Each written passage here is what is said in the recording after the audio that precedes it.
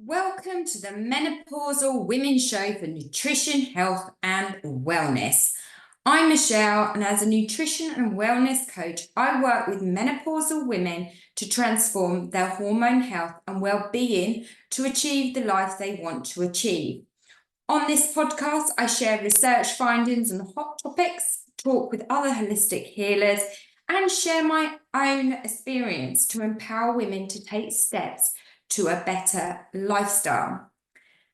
When going through the menopause, it's easy just to concentrate on the physical aspects of the menopause. Yet we also experience a lot of feelings such as anxiety, fear, overwhelm, low mood, low self-esteem, which we often ignore rather than process. This week, I am going to be talking about how to journal your way to wellness. Now, personally, from my experience, it's how the physical impacts can affect our behavior. That makes a massive impact to our lives.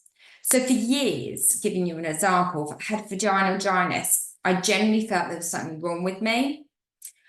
I felt I was failing as a wife because it was so sore. If I must be honest, it was so sore. I felt just this diminishing sense of worthlessness.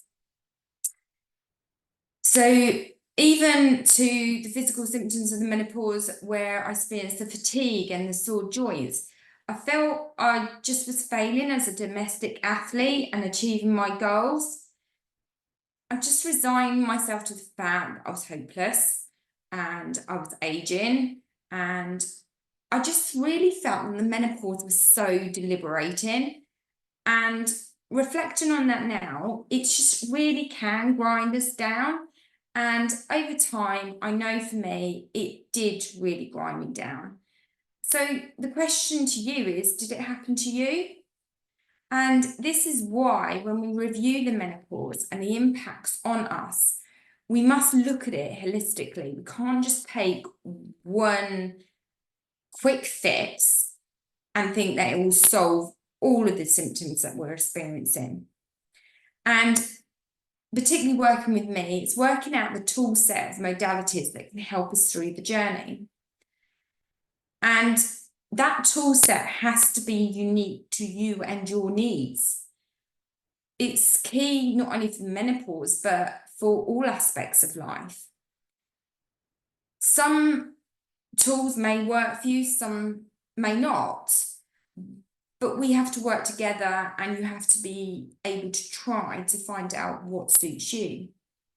So let's think about, what about journaling? What are the thoughts that come up for you? I must admit, when I started to think about this, and I have been doing journaling now for a long time, that for today's episode, I had to go away and read some of my earlier journals to see what thoughts I wrote down and try to relate to perhaps some of those feelings that you may be having or thoughts. Perhaps you've never tried journaling, perhaps you've tried and it didn't work. And so what I'm going to do is just go through my experience, some of the recommendations and the benefits. And you could be in the camp that you have considered it, but you're still unsure. So just by me reading my earlier ones, it did make me chuckle, because when I started it, it was mainly reading all the negativity, okay, that I had felt throughout the day. It was literally whinging about various situations that had made me unhappy. And it's only through the consistency that and the learnings from others and research articles that it has grown for me to be much more effective. So it's again the same thing that I say each time that we talk, is baby steps and consistency. Now, you know me, research-based. Journaling has been specifically proven to offer a wide range of benefits. And that includes boosting your immune system, improving mood, can help with reducing blood pressure. And there's lots of ways you can do journaling, but there is just this true magic, I think, old school of putting pen to paper. And the reason I'm saying there's a magic to it is because for me, I feel really empowered, because by doing that, I'm taking charge of my symptoms. I'm self-reflecting and experiencing the benefits of my overall well-being. And the pen to paper is something that I can carry around with me all the time. Now, we're in a digital world. Some people find that it may be easier to do on a computer. So work out what may or may not be the best format for you. Now, when we journal, there's no set rules, okay? So from the research, it's no set rules. So you could use it just to keep track of your symptoms, or the track of your sleep quality. And it can serve as a compass guiding through the ebbs and flows. You can document your physical experiences, explore the depths of your emotions, and increase the awareness of your triggers and gain insights into your body needs. And when I say triggers, that could even be people, or when your kids aren't listening to you, that's a trigger that can trigger you to feel very frustrated, emotionally unbalanced, and that has a knock-on effect to symptoms. So let's go back to, right, you've decided to give journaling a try. There's no set rules, okay? And I'll come on to some practical tips where to start. But you know me, research-based. So what is the research base that we've found that has benefits of journaling? So there's 6 of them. So number 1 is emotional expression and coping.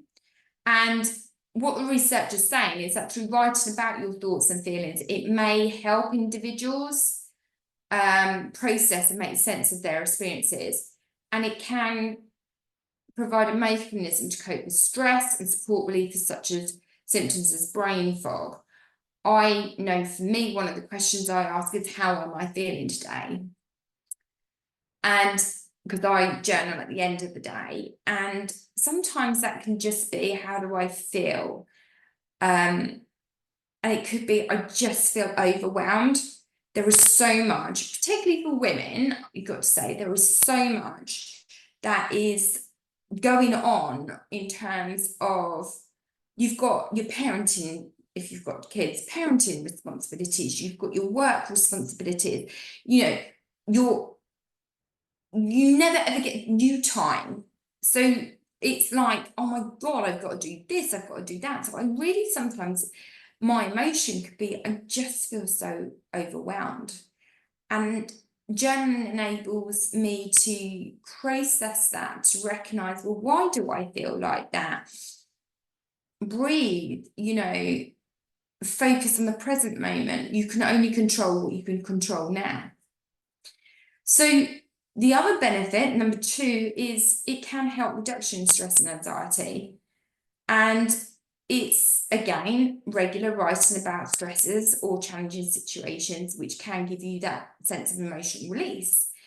And when I say triggers, it could be that you are at work and there's a particular person you work with that just gives you a bit of anxiety, that you're always cautious. And just by recognizing these sorts of triggers and journaling about them, that you can kind of give that log of, okay, I need a coping mechanism strategy. So the number three, okay, benefit of journaling that's research-based is it can improve mental health. Writing can really help promote a self-awareness, enhance your mood and your overall sense of well-being. So there's nothing tangible, it's just that writing can just generally give you an outlet to release any mental tension that you might have. So tip number 4, benefit number 4 is symptom management. So tracking of the menopause symptoms such as your hot flashes, your mood changes and lifestyle factors can provide you with such invaluable insights into areas where perhaps small changes could be made.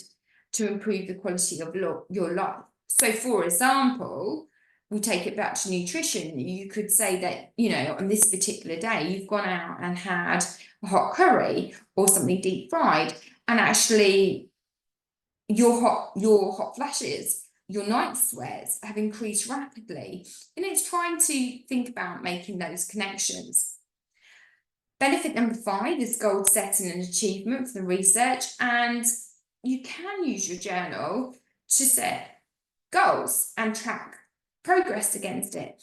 And that's really important, because one of the main things about what we do need to think about is our self-compassion and our self-awareness. We're very much in a culture where you're like imposter syndrome, where your sort of like little devil comes out and say, oh, you're not good enough. Well, actually, by journaling and even to your achievements throughout the day, we'll just be able to give you a look back of going, actually, I've done really well. I have achieved a lot. And the 6th sort of benefit from the research is really much about self-reflection. And self-reflection can really help you to explore your thoughts, feelings, and attitudes towards changes that you're experiencing or the challenging situations you may be encountering. And that's been quite enlightening for me, because a number of challenging situations, or emotions, I should say, has been through the death of my mother. Which has just been 3 months ago. She died suddenly. And because of my abused childhood and my childhood trauma journey, my mother, I have recognised, become a trigger point. And I had to really sit with that emotion to go, how am I feeling? You know, am I feeling sad? Am I not? And actually, some of the thoughts that you think about from my past are then triggering emotions today. Other challenging situations that I find is meeting my in-laws or other parts of my family, and I just go, right, our energies are not aligned. There are some things, that personalities, that do trigger the anxiousness. And by my self-reflection of going, okay, I'm recognizing those challenging situations, I recognize how it's triggering me, I then become more aware, and again, going back to, I be able to then find out, how does that make me feel? What baby steps can I do? Making boundaries, limiting time, looking at different environments. It's cultivating for me, particularly with my traumatic journey, the safety, feeling of safe and not being attacked. So some of these benefits you may resonate with you, going, okay, you know, I'd love to have a bit more calming emotions and my symptoms, and, you know, looking at my achievements to help create that self-love and self-worth, and really starting to get to know myself. So I did promise you that I sort of like would share some of the practical tips of where to get started. Now, for me, I do like pen to paper, but it's not just your bog standard A4 notepad. I do actually have a journal, and you can buy them from many outlets, that really resonates with me. And it's a nice pink bound. Pink, I like pink because I've got 2 boys, and unfortunately, with having 2 boys and no more in the menopausal state, I'm not going to ever get a girl. So I'd like to do the pinky girly stuff. So mine's a pink journal, and it's got the words "never give up." And that really resonates with me, because actually I've never given up.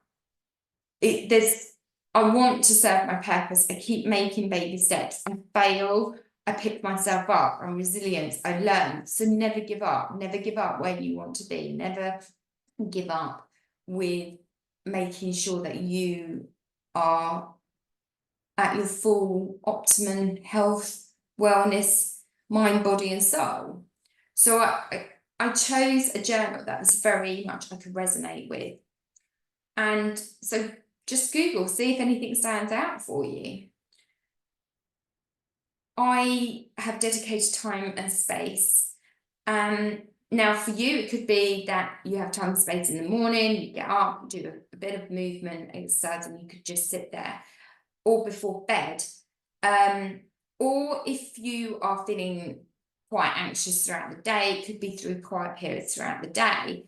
And sometimes I have done that. I'm in a work situation, I've got lots of things going on, and actually I go, no, I need to take a couple of minutes out just to do some breath work and quickly journal about some thoughts. For me, though, it's mainly before bed. I'm very much with making sure that my sleep routine is beneficial to me, and it has its boundaries, and we're taking away any sort of like digital stimulation so that actually I can really sleep well and repair. But again, it's consistency. So for me, I start my sleep routine, and then I journal some thoughts, and it doesn't have to be long, and it does not have to be war and peace at all.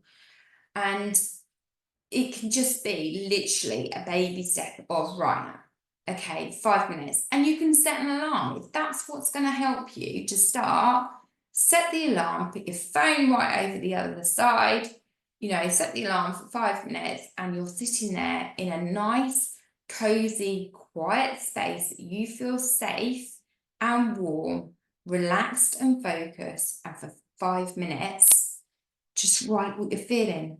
How do you feel? Write what triggers you've had for the day. So also you can use it to set an intention or not with journaling. So you can write what you feel and what's coming up for you. And equally, you could then reflect on that and set the intention for the next day.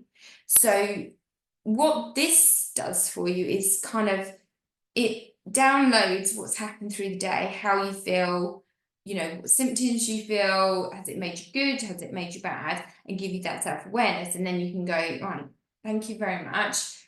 For tomorrow, my intention is to be calm, grounded, kind, whatever your intention is for that day. I use intention gratitude cards, different intention cards. So first thing in the morning for the breakfast, for everybody that I have breakfast with, which is usually my family, even though we're running out the door at different times, is we pull a card. And so for today, I pulled kindness. Okay, so how can I be kind to myself? How can I show kindness to others? What type of activities would you do? And that is my intention for the day. Equally, you can take it whenever you're journaling and go, okay, what's my intention for that day? Sometimes it's good to use prompts, okay, to create that flow. And some of the prompts I found beneficial is how you're physically feeling, what emotions are you experiencing, what self-care have you done for that day, how did you feel afterwards, what's your intention for the next day, just all these different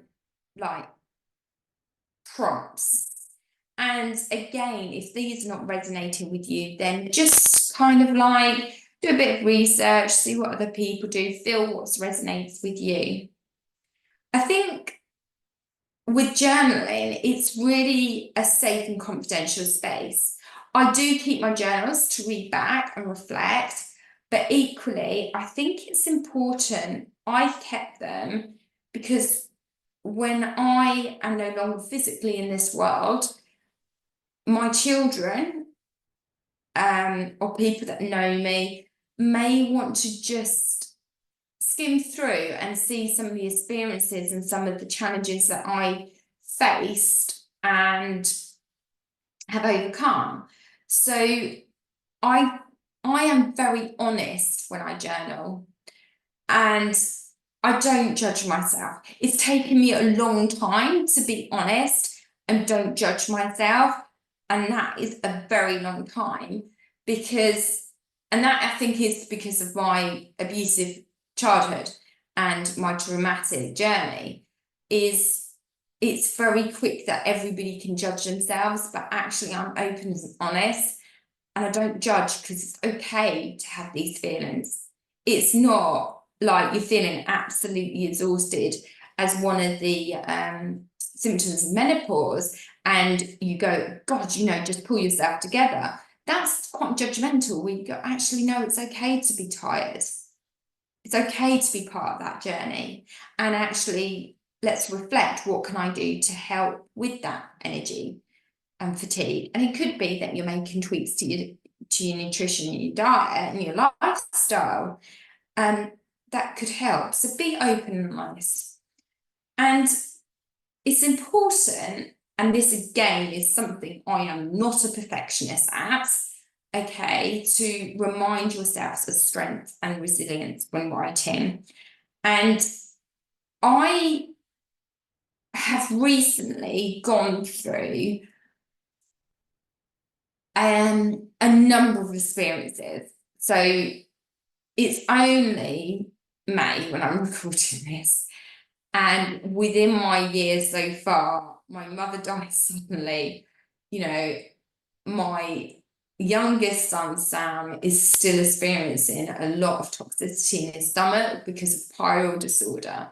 So we've been working very hard to try and balance him, which then is impacting on how he performs at school, and school have been quite judgmental, some of his peers. Then we've had challenging situations with my son, my eldest son, Harry, and about his behaviour, and then him not providing context.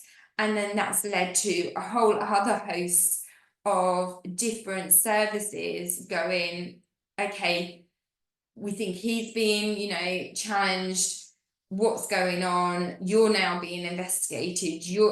And all of this was just so much in such a short space of time, as well as me just feeling like this never-ending pot that kept going. And actually, by the journaling, it got me through the symptoms, it got me through the emotions, and it allowed me to be with my feelings. And now looking back, it actually has really helped to show my resilience, to show that I didn't give up.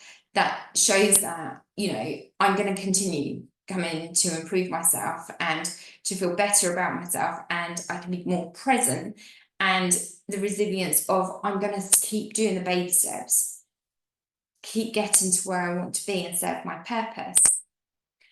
Equally, journaling, if you're creative, be creative. If you feel the need when you're doing your journaling to draw pictures and images, then do it. Allow them to come out on that paper, because sometimes a picture is better than 1,000 words. You probably guessed, for me, I managed to do about a ladybird for creativity. I think I'm quite open in creativity in terms of colour, and what resonates with me and what doesn't resonate with me. In terms of the house, but I'm not one that, this image. Sometimes I can sit with my feelings and I do get images that come up. I don't draw them. I actually write them down and say, I've seen this image. And another final practical tip of where to start is make time to review and reflect. We've covered this. Do make time to journal. It doesn't have to be long. Do reread past entries. And then certainly if you're using your journal as a record of tracking your menopausal symptoms and triggers, then actually by rereading them, you can see if there's any patterns, and you can then make some baby steps changes there, or you can review your progress and go, actually, yeah, at that particular time, it was that sort of like I had that symptom, hot flushes, I made this change, and actually it's not so bad. Now, the key thing is you have to remember that journaling isn't one of these quick fixes of one size fits all. It really isn't. And it's just part of a number of tool sets that we can go through and use. So you cannot, when we talk about menopausal symptoms and about your hormone health, and about the transformation process that you will feel in your body, it's your mind, body, and soul. So we need to think about the tool set, and that's part of my coaching program of what works for you, because everybody is unique. So what is the overall conclusion from my research and my own experience? I think my first recommendation and my heart flare to all of you is embrace the power of journaling. Okay, through journaling, you can enter a journey of self-discovery. You can open the doors to reflection. You can find some understanding. You can find calmness, and you can also celebrate yourself. And that's really, really important. The simple act of writing can enhance your life, navigate challenges with resilience. And also your journal can become your best friend. It's a testimonial to your growth and strength. So embrace that transformative potential, because you've got that transformation potential within you. And just by accessing that, you'll find a renewed sense of self-awareness and self-love. If you would like to have a chat with me about your menopause experience and get some advice and maybe explore working with me, then please book a free discovery call, and we can look at coming away with a clear plan to start your journey for transforming your hormone health, improving your emotions, relationships, and lifestyle. So I thank everybody for listening, because if you're hearing this message, you've listened to the entire episode. And for that, I want to thank you from the bottom of my heart. I hope you did enjoy this episode. So if you did, please leave us a review and share this episode with others that may not be subscribing to my channel. And for everybody, take care, and I will see you next week.